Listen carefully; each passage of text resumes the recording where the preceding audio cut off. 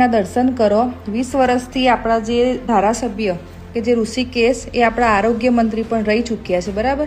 હવે આજે હું બાને અહીંયા વિસનગરમાં હોસ્પિટલમાં લઈ જતી હતી એમ્બ્યુલન્સથી। તમે રસ્તા જુઓ, જ્યાં જુઓ ત્યાં ખાડા અને ઢગલા કરેલા છે, કચરાના ઢગલા, ખુલ્લી ગટરો। આપણા ધારાસભ્ય ઋષિકેશભાઈ કે જે ગુજરાતના આખા આરોગ્ય મંત્રી હતા અને આપણા વિસનગરનો ખાલી વિકાસ જોઈ લો એટલે તમને જાણવા મળશે કે વિકાસ એમણે પોતાના જાત ઉપર કર્યો છે।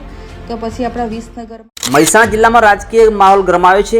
લોકગાયક સાગર પટેલને ટિકિટ ન મળતા તેમની પત્ની રાજવી પટેલે સોશિયલ મીડિયામાં એક વિડીયો વાયરલ કર્યો છે, જેમાં વિસનગરના વિકાસ મુદ્દે ગંભીર સવાલો ઉઠાવવામાં આવ્યા છે। રાજવી પટેલ દ્વારા બનાવવામાં આવેલા આ વિડીયોમાં તેમણે સ્થાનિક ધારાસભ્ય અને કેબિનેટ મંત્રી સામે સીધી ટકોર કરી છે। વિડીયોમાં તેઓએ દાવો કર્યો છે કે વિસનગરના વિસ્તારમાં વિકાસના નામે કોઈ નોંધપાત્ર કામગીરી થઈ નથી અને હાલની પરિસ્થિતિ શૂન્ય વિકાસ જેવી છે। આ વિડીયો સોશિયલ મીડિયા પર ઝડપથી વાયરલ થઈ રહ્યો છે અને સ્થાનિક રાજકારણમાં ચર્ચાનો વિષય બન્યો છે।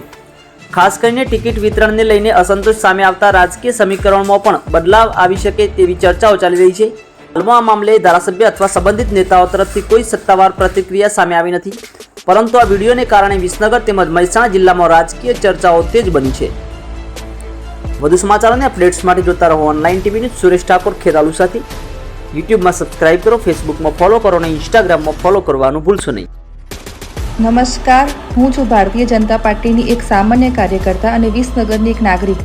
ચલો આ વિસનગરના દર્શન કરો। 20 વર્ષથી આપણા જે ધારાસભ્ય કે જે ઋષિકેશ એ આપણા આરોગ્ય મંત્રી પણ રહી ચૂક્યા છે, બરાબર।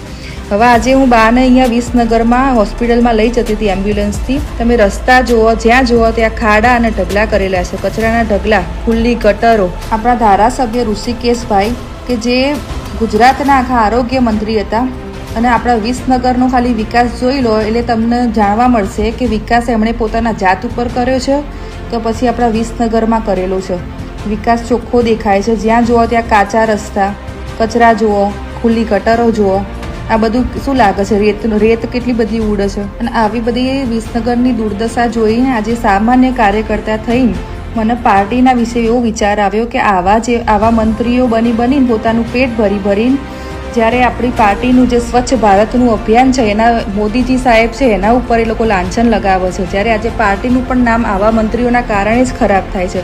તો તમારે પણ આ વસ્તુનું ધ્યાન ધરવાની જરૂર છે। આપણા સરકારને પણ અપીલ કરવા માગું છું કે વગર પ્રોટોકોલે, વગર જાણકારી કર્યા વગર આવી નગરની મુલાકાત લો, જેથી કરીને જે પેલું મેકઅપના જેમ લાલાપોથી કરીને તમને સુંદર દ્રશ્ય અને સુંદર રોડ બનાવવામાં આવી છે એની અંદરની અસલિયત કંઈક અલગ જ હોય છે। અંદરની ગલી કૂચીઓ જુઓ, એની સ્વચ્છતા તમે જુઓ તો તમને જાણ આવશે કે અહીંયા જે ચૂંટાઈને આવેલા છે ઉમેદવારો એ પાર્ટીનું નામ ખરાબ કરે છે, કંઈ કાર્ય કરતા નથી। એક જાગૃત નાગરિક તરીકે આપ સૌને અપીલ કરવા માગું છું કે આ વિડીયો બને તેટલો વધુમાં વધુ શેર કરજો, જેથી આપણા મોદી સાહેબને આપણા વિસનગરની દુર્દશાની જાણ થાય।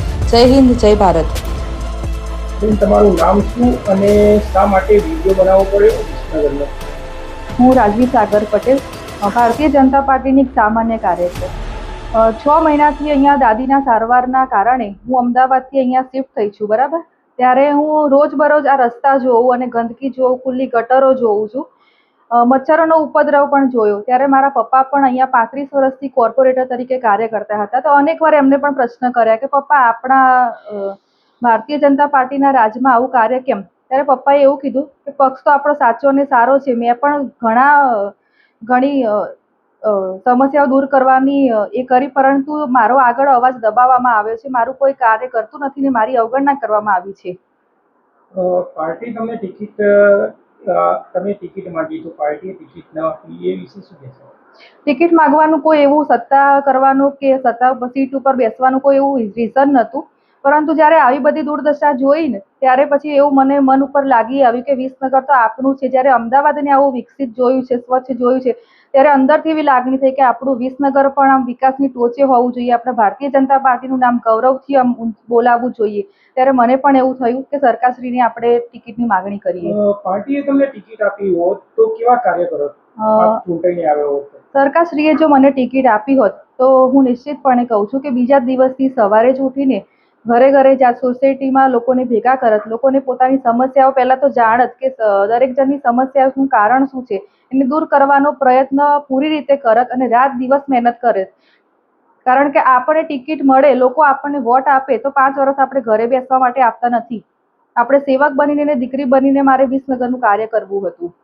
આપે એક ઋષિકેશ પટેલનું નામ લઈ અને વિડીયો બનાવ્યો છે ગંદકી બાબતે ને સ્વચ્છતા બાબતે, તો એ બાબતે શું કહેશો?